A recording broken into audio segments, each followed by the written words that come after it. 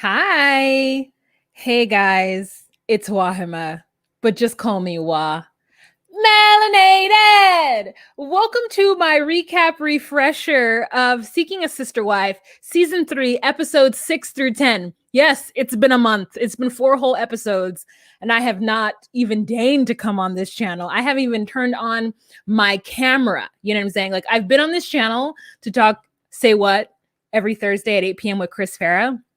But as far as these reality shows, my reality has been more tumultuous and crazy than their reality TV, than anything that TLC could possibly give me. So I haven't been able to, keep up with my duties. And I know I've been shirking you guys, and it was a sad spring because I stopped participating. But I'm back, at least for this week.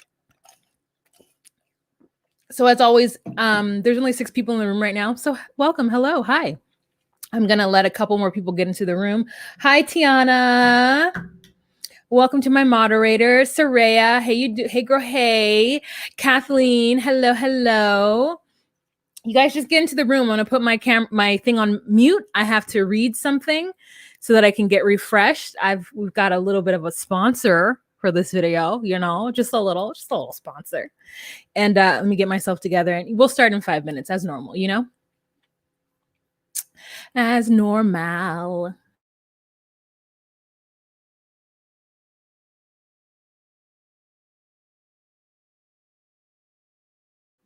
You know what I forgot to do is put a link to this wig in the description box.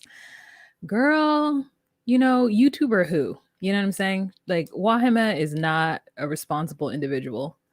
Okay, let's see if I can add it in there now. Let's see if it'll allow me to make some edits now. Who knows? Wig is this. That's the link. And then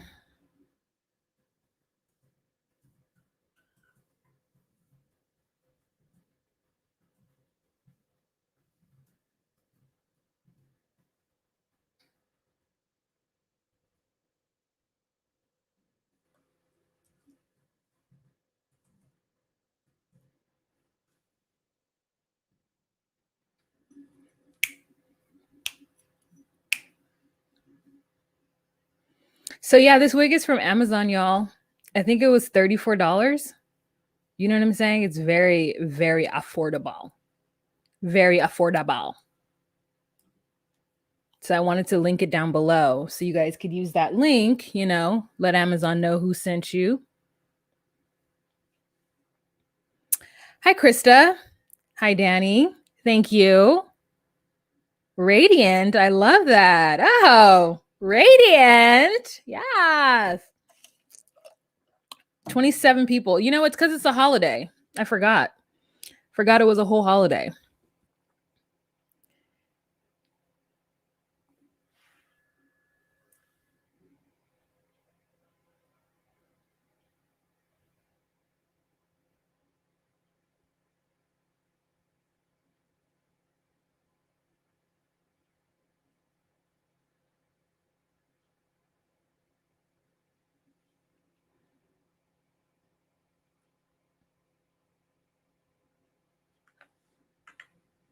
Hello, just ran in. Someone pulled the alarm in my building. Jesus.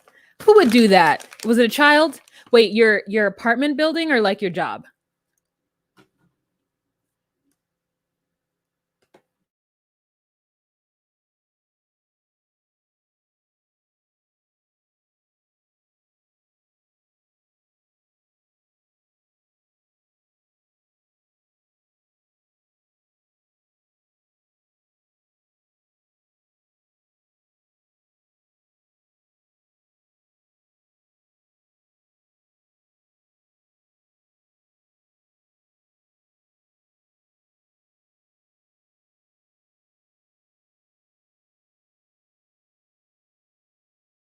Okay, I see your apartment. I just took off the sound real quick so that I could chew. I know some people hate it.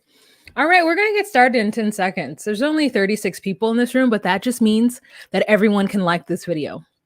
So go on ahead, exit out of the chat if you're on your phone and like this video. If you're watching on your television, you're going to like take the toggle down and it'll give you the option to thumbs up. We're 5 minutes in. Hey guys, it's Wahima, but just call me Wah. Melanated! Welcome to my recap of Seeking a Sister Wife, Season 3, Episodes 6 through 10. Oh my God, a lot and nothing has happened at the same time. So I'm going to need you guys to remind me and jump in and tell me if I'm missing something about these couples. But first, I want to talk about one of the sponsors of this video. It's Rose Forever. Rose Forever New York is a company based out of New York. It started in 2019. And what it does is it takes hand-picked beautiful roses and they preserve them. It's too much light. How do I? There you go. They preserve them with natural oils and they give off a really delicate rose scent, which I love because you guys know I'm very, very sensitive to smells. And they sent me this lovely box. And down in the description box, using my code WAHIMALINO, you will get $15 off your first purchase with them. Definitely smells really good. Now, it's not overbearing. Like, I don't smell it in my house, like in my room. I don't smell it. I only smell it when I get close and I do that. But it comes in a lovely velvet box. You can also get it in a crystal. And I tried to get crystal because I thought it would go better with my decor. But they said they didn't have any more. But I imagine that the crystal one is very heavy. This one's super duper duper light. Super duper light. So you saw that Chris had a Rose Forever box as well. Really makes beautiful decor. It's up here right now. I imagine it'll look better once I get like a lower table. But it's something that you can give as a gift for Mother's Day, for Father's Day, for Pride, for whatever it is that you want to celebrate in the next coming months. I think that it really is just a nice gift. And the shipping is actually very, very fast. So yeah, that is all I have to say about them. So I would absolutely check it out and check their website out. I should have a link, but I don't. So that makes me terrible. But I will link it down below after this video so that you guys could go and check out Rose Forever. They really do have some beautiful options. I saw some pink roses on there, red roses. I just chose white because I thought it would go better with my room. But yeah, go on ahead and give it a go if you guys are at all interested at all. Sandy Moon, welcome to my channel. Hello, it's your first time here. So I have a question, Sandy. Are you into TLC? How many TLC shows do you watch? We got to wait for Sandy to answer us, you guys, because we need to know, you know what I'm saying, who's in the room. We need to make sure that everybody in this space is really loving on TLC, that tender loving care, or the Learning Channel, or basically the 90 Day Fiance channel. You guys know that TLC is killing it with ratings simply because of 90 Day Fiance. Not even The Bachelor or The Bachelorette compares to them. Sunday nights, they got it on lock. Okay. And I personally feel like I had something to do with that, even though I didn't. I feel like, you know, I'm entertaining the masses and therefore people have gone to TLC to watch 90 Day Fiance because of me. So. All right. Let me take down this comment and let's get started. Oh, good, Sandy. Good. I'm glad that you're a part of the TLC crew. So I do 90 Day Fiance as well.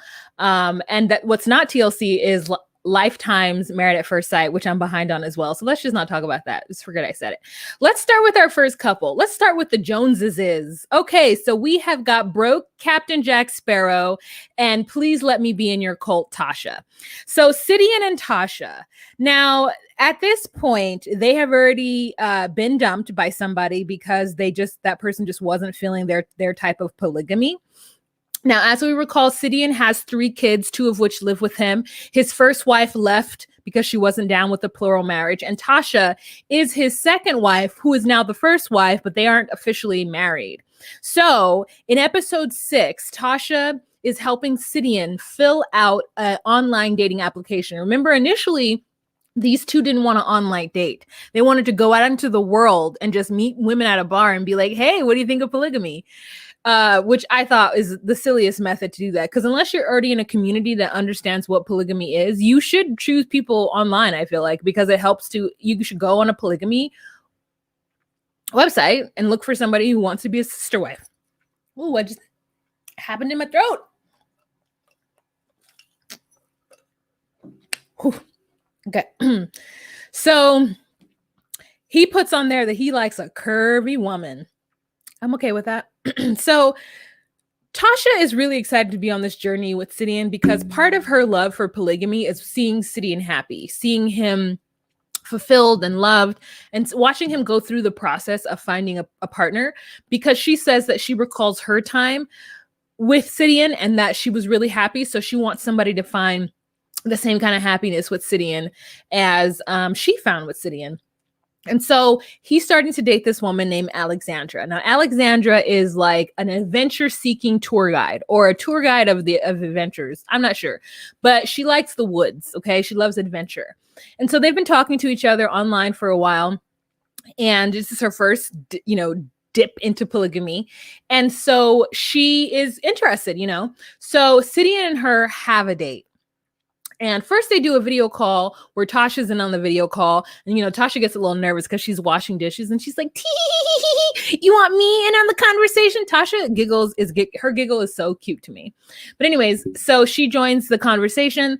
They talk to Alexandra. We find out that she is or was a preschool teacher, and that she might not be into giving up her adventurous lifestyle to have children. So I think that she doesn't quite understand what polygamy is, at least in, I guess, the context in which the Joneses are wanting it. And I think the context in which the rest of the couples are wanting it, except for maybe Garrett. I don't know, because it's not clear what Garrett's motivations are, or what his motivation is. So anyways, let's go back. So that seems to be some kind of cause for concern, but Sidian isn't worried about it. And so they make up a time to go on an actual date. Tasha does not go on this date. It's just to Sidian and Alexandra. So Sidian and Alexandra come and have a date, and they go to a psychic, and the psychic tells them a lot of things that makes Alexandra uncomfortable. And also what makes me uncomfortable is Alexandra's dress. Like, I was just like, ma'am, what are you wearing? Not everybody can be, fashion forward in Boise, Idaho. But I mean, girl, you don't have Instagram? Get it together. Anyways, so she's wearing like a cute, like pastoral, floral, or like, peasant looking dress. And Sidian is wearing a button up with long sleeve and a vest, as you would, as you're the captain of your ship, or you're harking back to a time when men called their vests waistcoats and they had cravats. I hate the fact that Sidian literally wears a ring on every single finger. It doesn't feel authentic. He's like a fake rocker. Okay. It just feels weird. Anyways, so Sidian and has some red flags with Alexandra. And I can see that too, because Alexandra's like, I'm dating other people and I don't know that I want to give that up to be in your family. Also, like, I don't even know that I want to have kids. So like, why would I want to take on your kids? And so he's feeling some kind of way. He doesn't really explain to her like what their polygamy lifestyle is, but he knows that it's not going to work. She's like, why can't I have other partners as well? Which is not polygamy. That is polyamory. So I think it's so interesting when you run into people who have confusion as to what polygamy is. And I mean, not everybody is going to be as like, adventurous and interested in different types of relationships besides monogamy than like I am. So not everybody knows about polygamy. But the moment a man tells me that he wants me to be his third wife or second wife, I would do research. I really would. So after the date, Sidian gets home. Tasha's so giddy to talk to him, and she asks if they kissed, and they didn't. And he tells her about his concerns about Alexandra and like what she wants. And Tasha was like, did you tell her everything? And he's like, that's not really first date conversation. I didn't tell her anything. I do like her, but it probably isn't going to work. And I agree with him. I say cut it and move on, right now. The woman said she doesn't want to have kids. And I really do feel like the point of polygamy is to have children, is to have lots of children and have a big family and have lots of women to take care of those children. So yeah, let's see what else happened with them. Nope. I just put Alexandra. Woodsy doesn't want kids. Okay, let's move on to the next couple. Next couple that we're going to talk about is Cardboard Kermit and his two wives, the Winders. The Winders. Winders. Okay, so as we remember, Cardboard Kermit is the man in the middle. He now has a full beard, so this is an old picture. And then we've got Sophie, who's the woman, the longer haired, like sort of redhead woman. And she just had a baby, her first baby from him.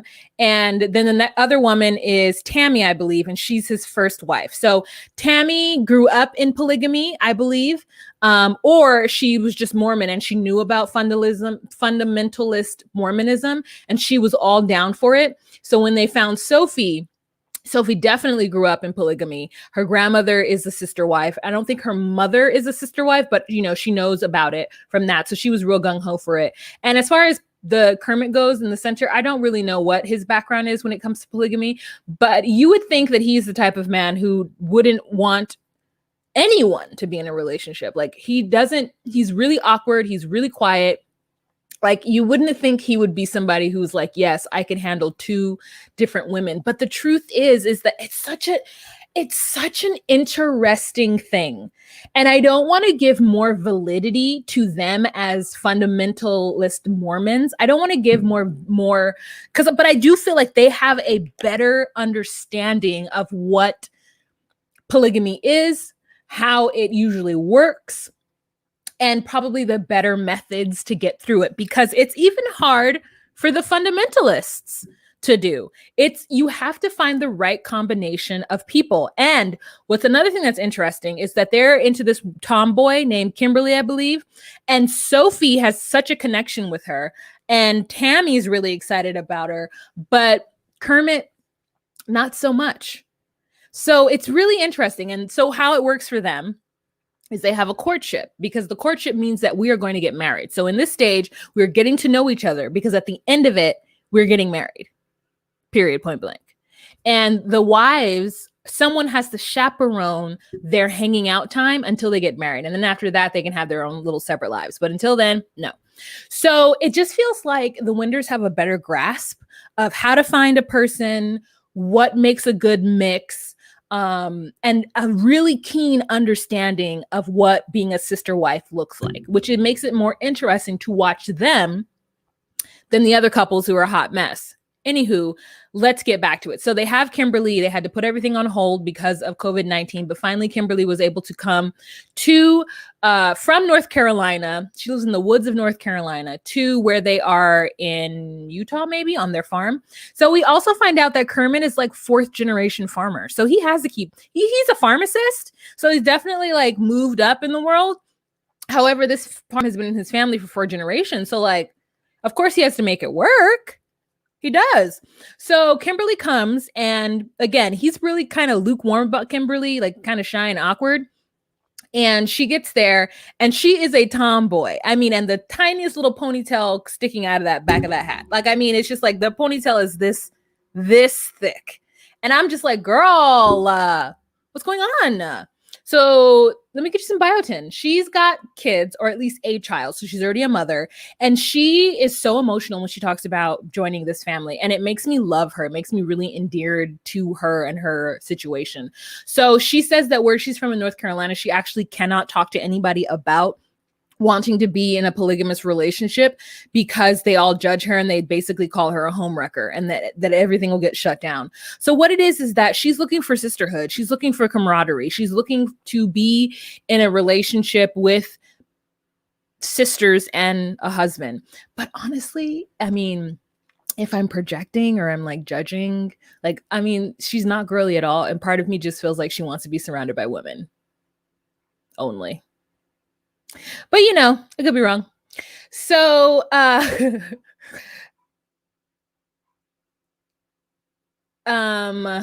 I just lost my train of thought. I just looked down and I saw, I think it's Colton. And I'm like, I don't know. Maybe it is Colton. I thought it was Paul. It's not Paul? No idea. So the girls give her a basket when she first comes into town, because they say that, you know, she doesn't have to like hold on, I guess, to the little shampoos from traveling or the ones that are in the hotel. So she's not actually staying in their home when she gets down because they haven't actually met her. So, and as I said, Sophie has had Ephraim by then, because remember originally they wanted Kim to come out prior to her having Ephraim, but they couldn't help it. So now Ephraim is 3 months. And oh my God, does he smile at Kimberly? Girl, he looks into those baby blue eyes, and he's like, yes, I would like some of this. Yes, I love you. I like you. And so it was just so cute the way he was smiling at her.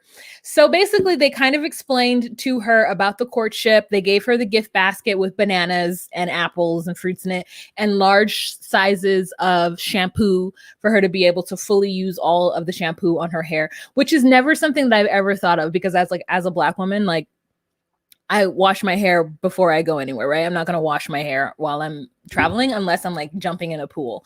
And even then, is my head going underneath the water?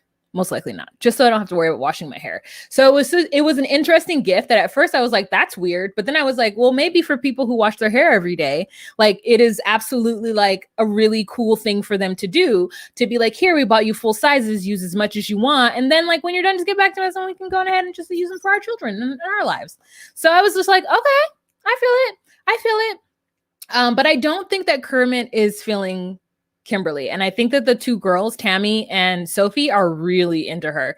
And I like her too. She's real quiet, but she's also very sheltered. She's never had Thai food, which isn't crazy, right? I know a lot of people who wouldn't want to, but it's so funny the response she gave when they ordered Thai food. So Kermit went to work. So she was with the girls all day, and they had like a mani-pedi, like, you know, basic spa day where they just did each other's nails and talked about, you know, girl stuff, I suppose. And when Kermit came home, he had the Thai food, and she's like, well, it's definitely different smelling. And I was like, you mean like delicious smelling? And then when she tried the soup, she wasn't prepared for the soup. And I said to myself, well, what are you tasting? What do you taste? What have you tasted prior to this, to where this is like flavor overload? Tell me about your taste buds, ma'am. That's all I want to know. So he thinks that Kimberly is very beautiful, but he doesn't know if there's any sparks flying. And the wives are trying to figure out if there are any sparks flying. And they're like, well, there wouldn't really be sparks flying because of the type of person he is. And I just wonder what sex is like with him. Like, I just wonder what that is like. What does that look like? I always wonder that. It might be inappropriate, but I always wonder it. So there's that. It does look like he's not interested in her. 100%. You're right. It doesn't look it. What are you saying? It's definitely being nice. Colton made it clear this was not the stage where he is to feel anything for the potential wife. Yeah, like there are certain like definite rules with it, which I kind of dig. That there are rules, because then that helps you to navigate this so much better. Unlike the Snowdens, where there's like made up rules that they've made up. Like Ashley was like alkaline diet, no spit swapping or something. However, with this, it's like, no, like this is your forever family, you know? We are going to be together in the next life, which I had questions about because I did not know that the Mormons believed in a next life. I knew that they believed in heaven and different tiers of heaven. And I think that the amount of kids kind of dictates what tier of heaven you're going to go to. But it was interesting. And I'm interested to hear what Colton has to say about, you know, them being the fundamentalist Mormons, and how she was raised Baptist, which I'm like, is, you know, Christian. So they both believe that Jesus is the Son of God. So there's a good baseline. But they did have like this afterlife talk. And I was like, what your forever family? Like, what does that mean? I just thought it meant that like you were, you know, you're so holy because you're bringing more children into the religion, and God is going to bless you for that in the long run by bringing you up to like level 10 of heaven or something like that. I'm not sure, but I'm interested in hearing what all he has to say about that. I did love the fact that Kimberly broke down crying because she was like, this is what I want. And I loved that she didn't come into this kind of confused or not really understanding it. She's like, no, plural family is what I want. Big family is what I want. Sisterhood is what I want. This is what I want. I want to live on this farm. I want to be on these horses. I I want to feed these cows. You know what I'm saying? And Colton was really excited that she didn't run up from the hills from the horse. I mean, the chicken poop. And his wife covered his mouth. It was so interesting. She's like, don't say that. And he's like, no, I can say that. It's fine. So yeah, that's all I have to say. What do you guys have to say about these? Sounds like they court like the Duggars, where they are chaperoned until marriage. Yeah, they are. They're courted like that as well, which is like a fundamentalist thing in general. So whether you're just like Christian fundamentalists or like, you know, Mormon fundamentalists, like that whole chaperoning thing, making sure that, you know, you're staying above board before marriage. And I just am like, oh, why can't you just trust the fact that these two people who are already awkward as it is aren't gonna have sex or aren't gonna touch each other? Is it just to maintain? Is it just to kind of like, does having a chaperone there ease the tension so that the awkward silences aren't as awkward? Is my thought. Because if you barely know somebody, why would you need to chaperone them? I mean, if you've known them and you guys are making eyes and you just, you know, you have a moment of alone time and you know you're going to just jump on each other, then I could see that being like, okay, they need to chaperone. But otherwise, like, why do you need a chaperone? Okay. I just think it proves a point, you know. All right, let's move on to the next couple. Is that all I wrote?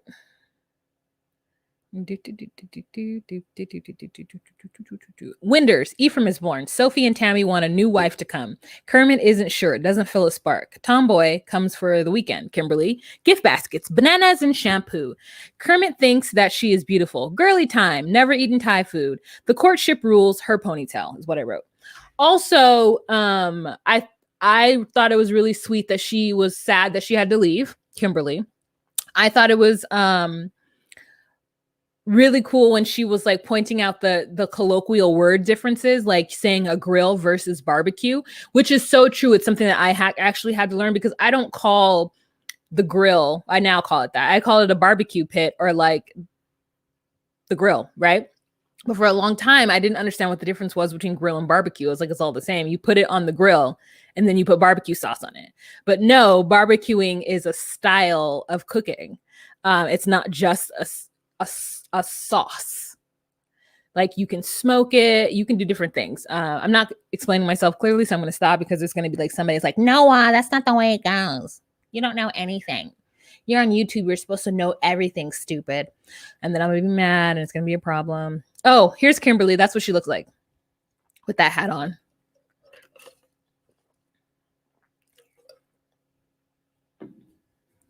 In case you were wondering. Okay, so the next couple that we're going to talk about are the Clarks, except for there is no Kayla. KK is gone.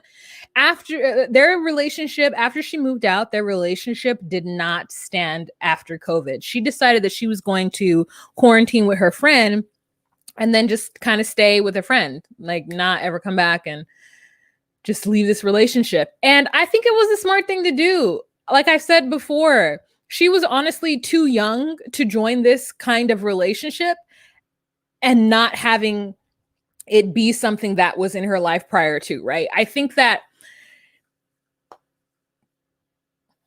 it's hard to bring somebody young into polygamy because they don't know a lot about themselves, about what they want, and about what this lifestyle is going to demand from them. But if you were born into polygamy and you understand it, then maybe getting married at 22 makes sense, or getting into a polygamous relationship makes sense. It's also really interesting the way that the Clarks define polygamy. He keeps saying they practice it in a very specific manner, but that manner is where he's the king, he wants a bunch of queens, and they just have a family, and that family is called a tribe. And I'm not necessarily against that. I just think it's interesting that it's non-religious, but if that's what you want to do, and Vanessa seems to be super on board with it, they grown-ass people, they were married for 6 years before they started looking around, and then they were in a relationship for 2 years with somebody. So I think they're grown enough to make their own decisions and they know what they want.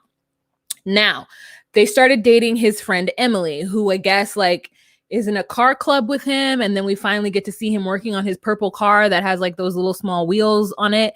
And then she comes over because her car. I don't know, girl. She has this Beamer. And I'm like, girl, why didn't you go to the dealership? But okay. So she gets to his house and he's out in front sweating, working on his car. And he pops the hood of her car and like look under it. And she starts talking about how she, you know, just got out of a relationship, but was looking to get into another one.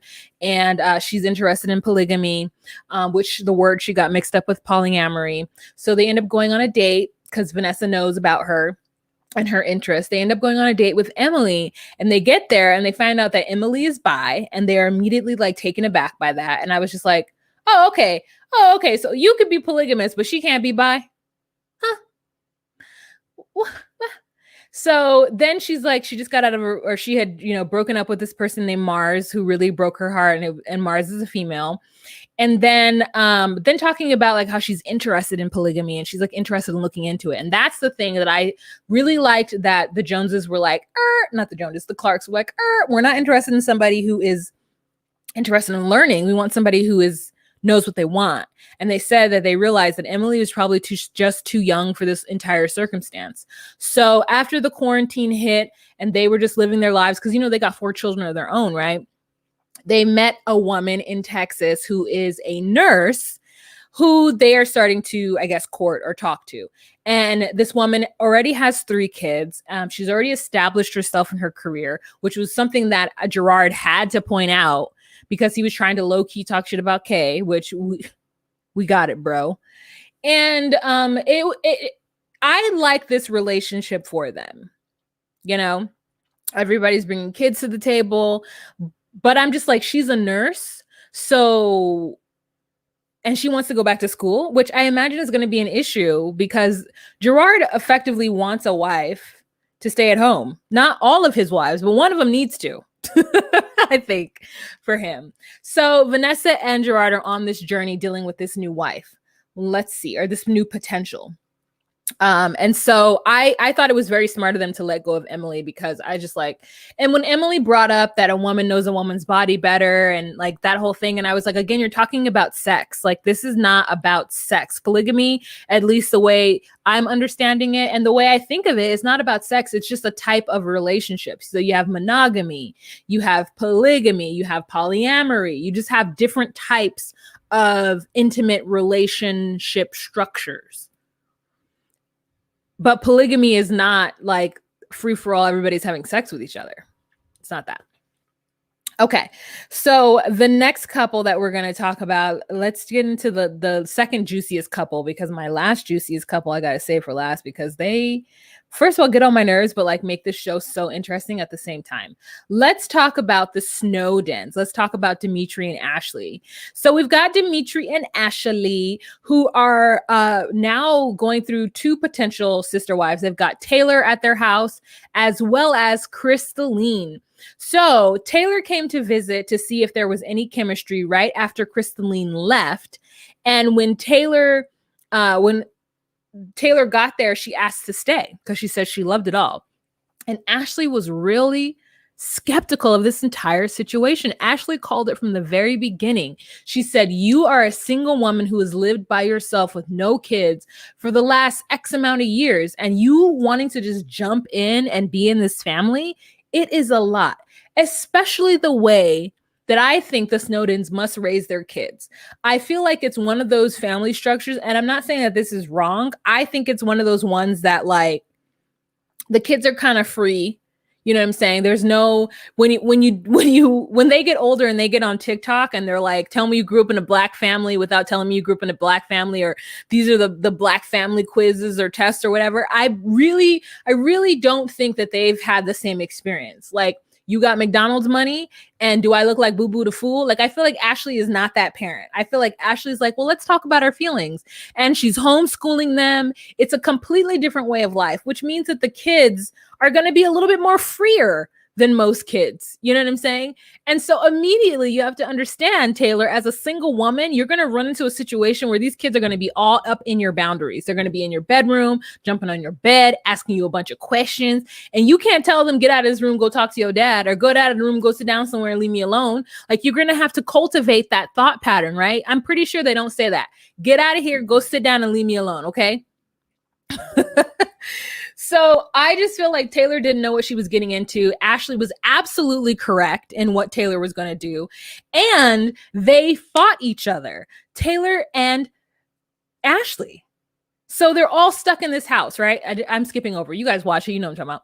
So then Crystalline ends up coming and she brings her 2 girls and she gets stuck there too because of COVID. So now they're all stuck there. 4 adults, 3 wives, 1 husband, and 5 children.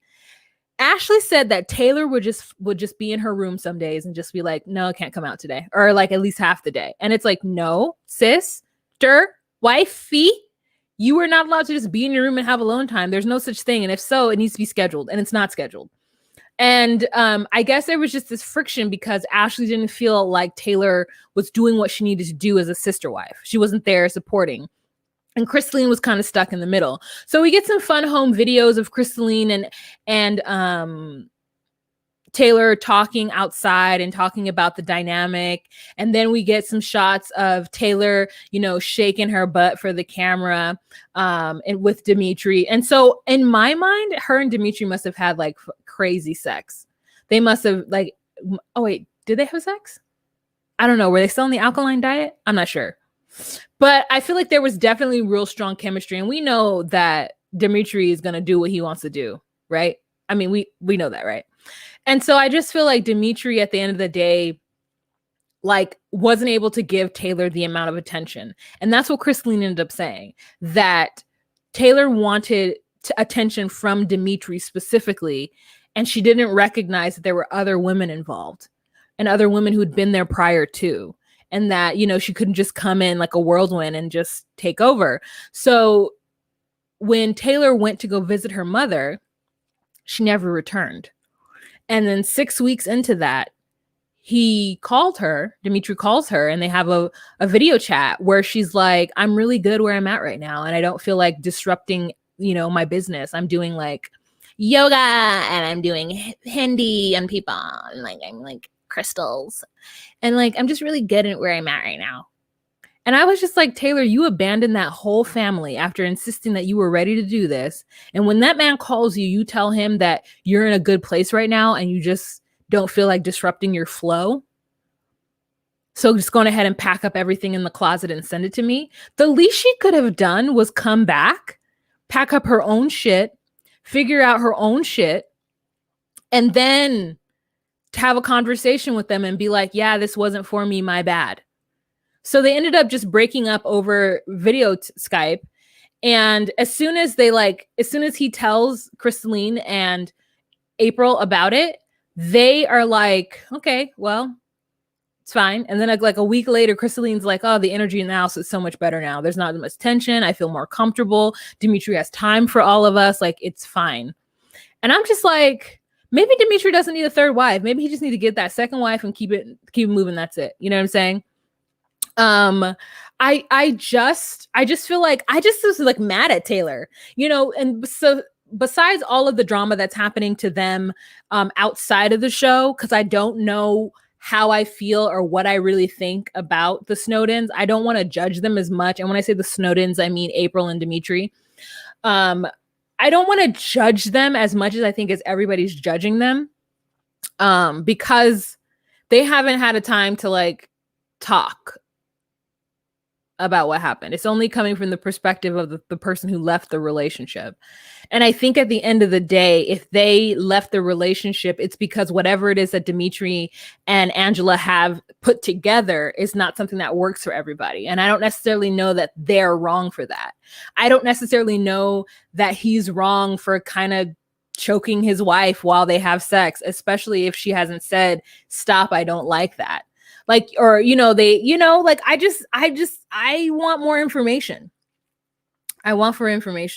I always want more information. So, I see everybody in the comments saying Taylor was probably scared to go back. Why?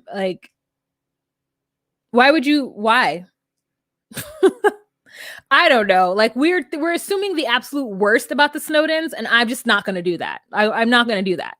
I'm go back and get your shit, Vanessa came back and got her shit. I mean, she came with her sister, her mother, or somebody. But like that's what people usually do when they're in like relationships, and when they want to like break up, they come back with somebody to help them get their stuff because they don't either want to engage in conversation or argument. Like that's fine, but I just think it's a little annoying. So yeah, I'm not going to be here judging the Snowdens and saying that they're all bad and they did all this stuff. Like I don't know, I wasn't there. I don't know. So anyways, they end up packing her room and sending it off, but it was what needed to happen. And Ashley says that she should have trusted her instincts from the jump. And I agree with her. She should have absolutely trusted her instincts from the jump. She was right. Taylor wasn't ready. And I just didn't like that Taylor never apologized or specifically said, I would like to break up. Like, this isn't for me. Like, it was just like very, it's just not, it's not happening right now. Like, I'm in a good place. And like, I still love you guys. And I'm so sad that like I had to go. But like, you know, she didn't even say, go get my sister wives. Let me tell them. Nothing. She didn't say none of that stuff to them. So to me, it just felt like, you decided you were going to play house, and then you got into it and you realized that it wasn't something you wanted to do and you didn't know how to exit. So that's just me.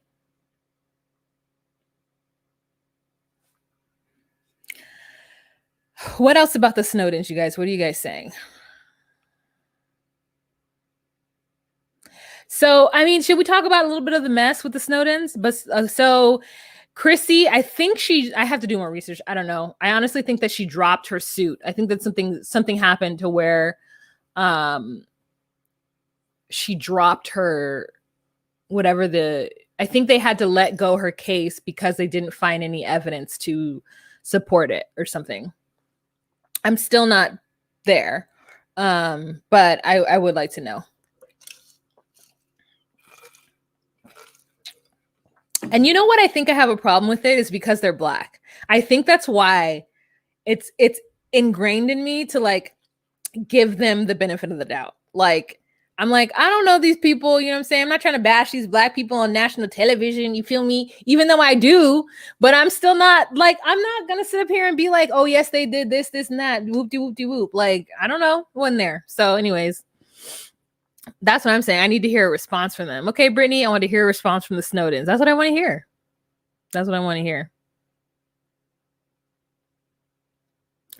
So, and you know, they officially got married. And in this last episode, you know, he asks Ashley if he can marry Crystalline. And the reason being, I think, more so than anything, is so that she can get her citizenship and stay here. Like, there's no other way she'd be able to stay. And they talked about how it was a really big deal because he didn't even marry her. They're not interested in marriage, like this traditional marriage, you know, situation. But I'm like, legally, they're going to have to do it in order for Crystalline to be able to stay.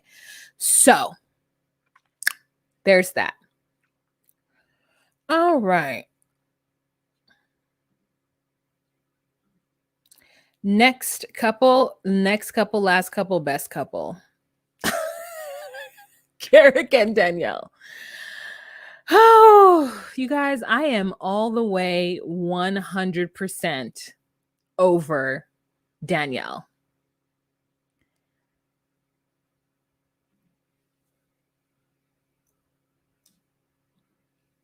Garrick is just waiting for God to take away this demon of jealousy.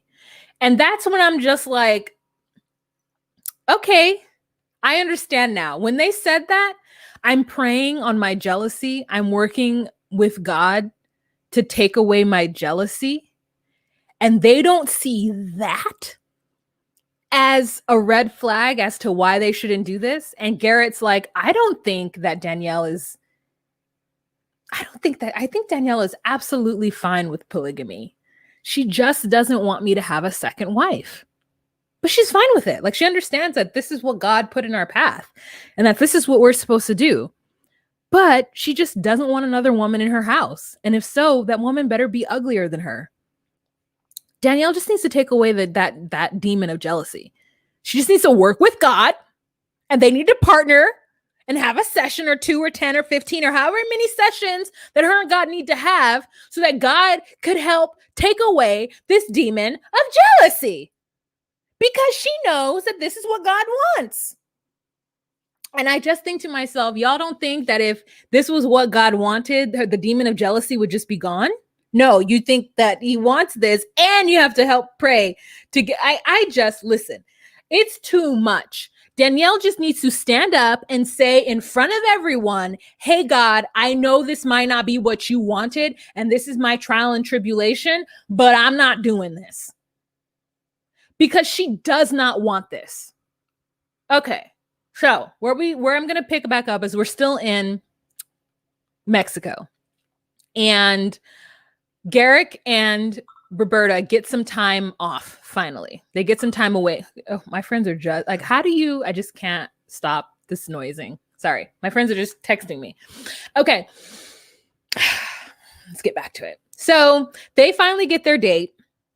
And oh my God, thank you so much for the super chat, Saraya. Thank you so much. You guys, I have my PayPal and Venmo and information down below because I'm going through a single mother by choice journey. So if you guys want to donate for that, please do. Saraya, thank you so much for the super chat.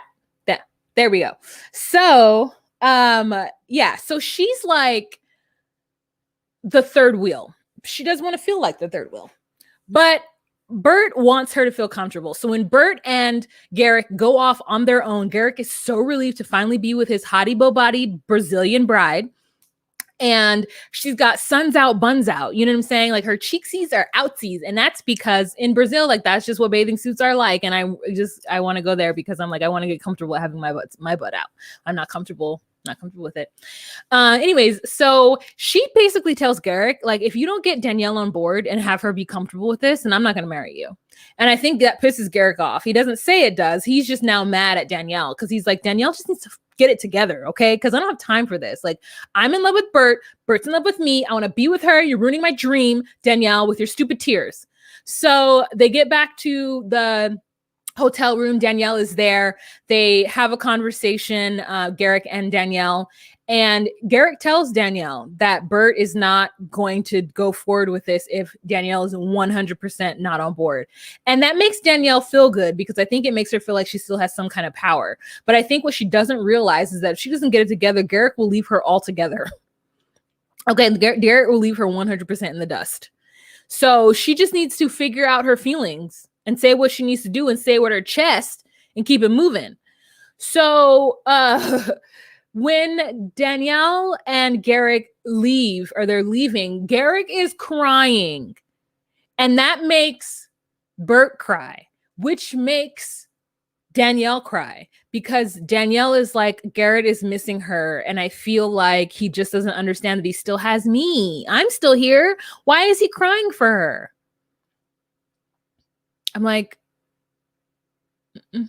So it's interesting because their polygamy is different than the Winders polygamy, right? In the Winders world, they would have never like been by themselves. Danielle, as the first wife, would not have signed off on these two having any kind of intimacy without it being chaperoned or without there being like a general understanding of how this was going to go down.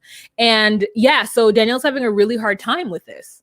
And it sucks for her, but she just needs, like I said, say what she feels and say it with her chest and keep it moving. So she feels some kind of way because she's upset that Garrett's upset about leaving Bert. They get back to the States. Her family immediately surrounds her and asks her questions. She tells her mother and her sister-in-law that she got upset with them, Garrick and Bert, because instead of them just being honest about what they wanted to do, they didn't. And so they had sneaky sex, and it makes her feel like Bert is being dishonest or deceiving her because Bert didn't tell her that, yes, they actually would have preferred just to spend the night together without her.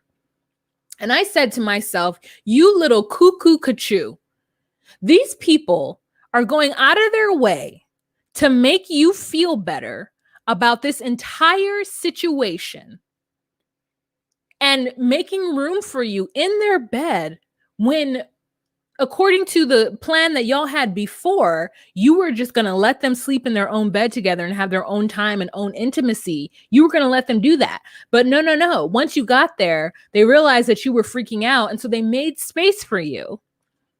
And then because they made space for you and didn't tell you how they felt, you felt deceived and that you were just this like third wheel. And I was like, girl, you need to let go of that junior high feeling. That's a junior high feeling. Okay. Let that go.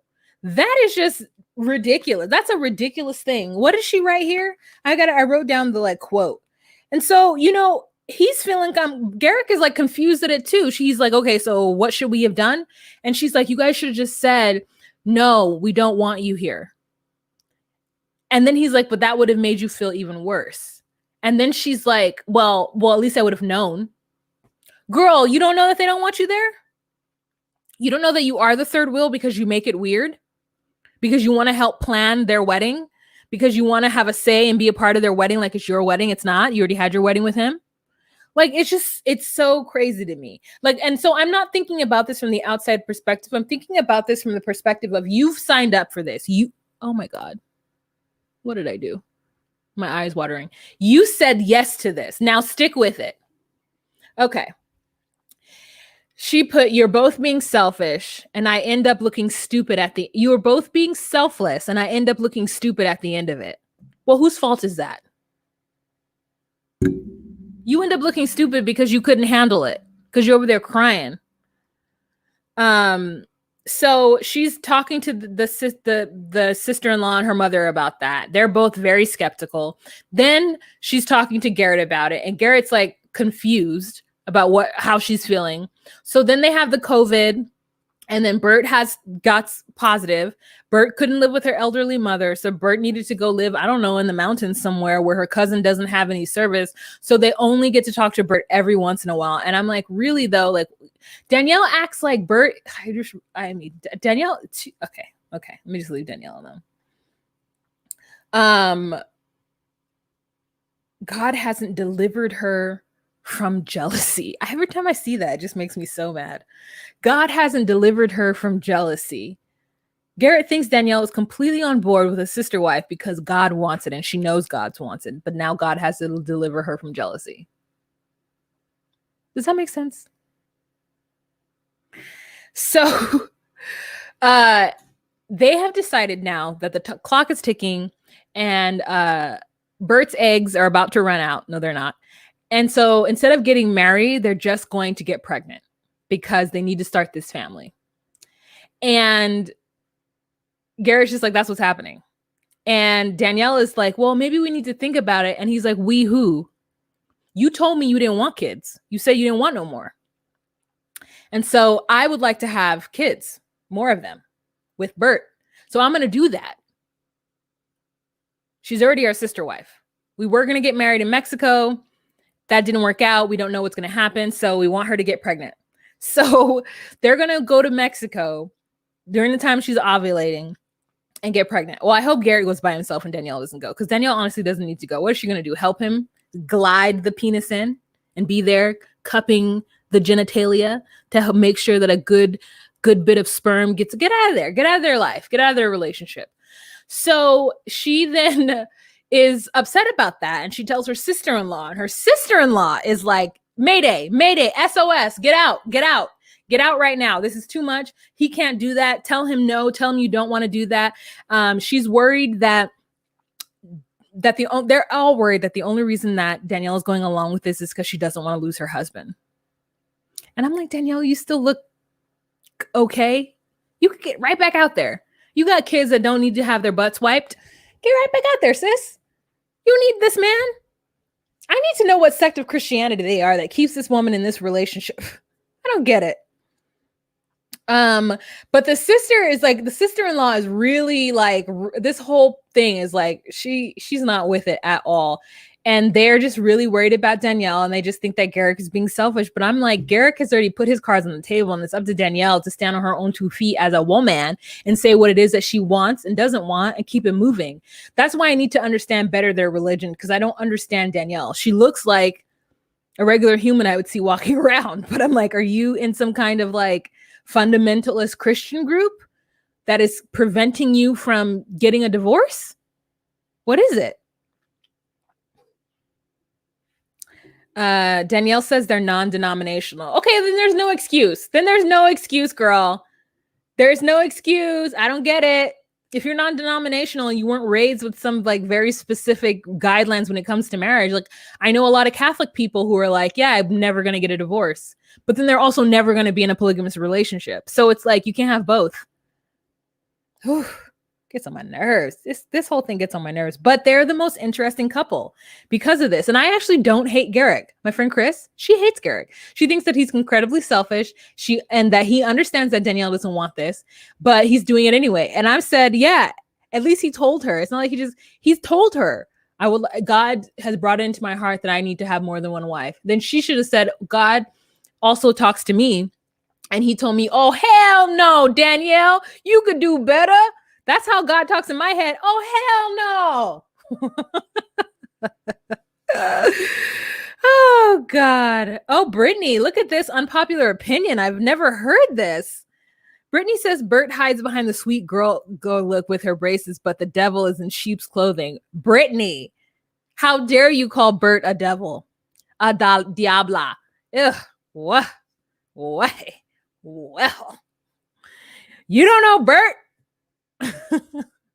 She said she wasn't going to actually be with him unless Danielle was on board. Garrick should have been honest and just asked for a divorce. I mean, Danielle should have just been honest and said, I want a divorce. I feel like it's both of them. All right. So there's 157 people in this room. Hello. If you can go ahead and give this video a thumbs up, that would be super great. I'll sing. Thumbs it up. Thumbs it up. Thumbs it up. I said thumbs it up. Thumbs it up. Thumbs it up. Yeah. All right. I think that's it. I think that's all I have to talk about these couples. Let's take it to you guys and let's have a conversation. Y'all have been having a conversation, but Brittany says, I don't trust her. Sorry, sorry. Listen, I fully believe that a person who doesn't speak your language and lives in a foreign country has nothing to do with these two fools that are running around each other in Colorado. So Bert can only go based off what they tell her, and they tell her that everything is okay, yet she sees Danielle crying, and so she does what she needs to do by telling Garrett to figure it out or she's off this boat. You know, because they found her on a specific polygamy website. I'm not saying that to you, Brittany. What I'm saying is, so like Bert knew what she was getting into and she understood what it is that she wanted and what the couple who were going to find her wanted. And then she ended up in a relationship with these two where one doesn't want it.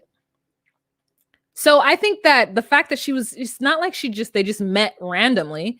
It was on a polygamous website. So the expectation going in is that she understands that the other sister wives are going to be on board, especially if they like each other. Like Danielle and Bert like each other. So anywho, he did divorce Danielle so that they could bring Roberta over on a K1 visa because they haven't been able to get Roberta to visit on a tourist visa. Like nothing. They're not giving out visas to Brazil, as we know with 90 Day Fiance. Because oh, bye Amsterdam. Bye. Planning with Danny says, I don't trust Bert either. Garrick doesn't give a damn about Danielle, and Danielle needs to put her big girl boots on and kick Garrett to the curb. Agree. But I do trust Bert. Maybe because Garrick has a landscaping business, she needs to stop. Well, I don't know. I didn't see the original question. Brittany says, thanks for the backstory. I just find it hard to see why anyone would like Garrick. I feel like Garrett is like almost handsome. Like he has the capability of being handsome, but it's just like he needs the right angle. Thanks, Chunky. Danielle had a depression before, and I think Garrett is used to using that to make her life a living hell. Garrett is a parasite. I understand Danielle suffers from depression. Part of me is almost a little suspicious and thinks that maybe her depression has been a little bit debilitating and it's been hard on their relationship, and it hasn't been something that Garrick I think he's tired of dealing with it. And I think it's probably one of the things that she needs, to be delivered from as well, is the depression. And I don't know when it happened. I don't know why it happened, but she doesn't want any more kids. She married Garrick when she was 19, but he's all she knows. There is something happening within that I just need to better understand. But I think whatever it is, he's over dealing with her and this depression. And so he wants to be with a happy wife. And I can't fault him for that. I don't know what it's like to be with him and her. I don't know what it is. And if that's what he wants, then I think he just needs to do that. And they just need to get divorced. That's it.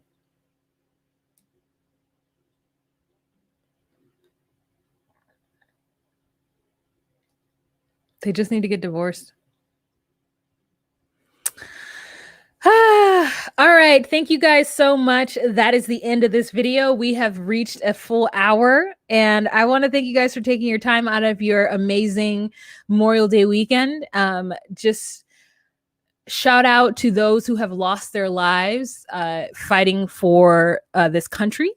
We thank you for your service, and this is to remember you. So yeah, I hope you guys had fun. I had fun. I'm going to go find some food. I'm going to take this wig off and take this makeup off. I love my lips. I'm going to be overdrawing my lips forever now.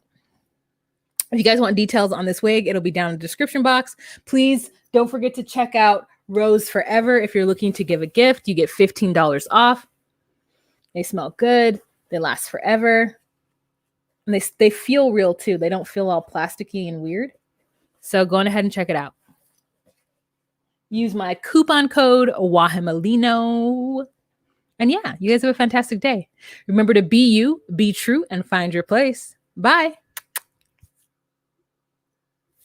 Oh, and thank you to my mods. Thanks, Marie. No, who's here? Lindsay. Thanks, Tiana. Thanks, Mickey. Thanks you guys for being here and holding it down. Shout out to Saraya. Thank you for supporting me this whole time. Thank you for the super chat. Yazel Yazb. What up, what up, what up? Brittany, thanks for joining. Baby Blanket, Binky, blah, blah, blah. Love you. All right. Bye, guys.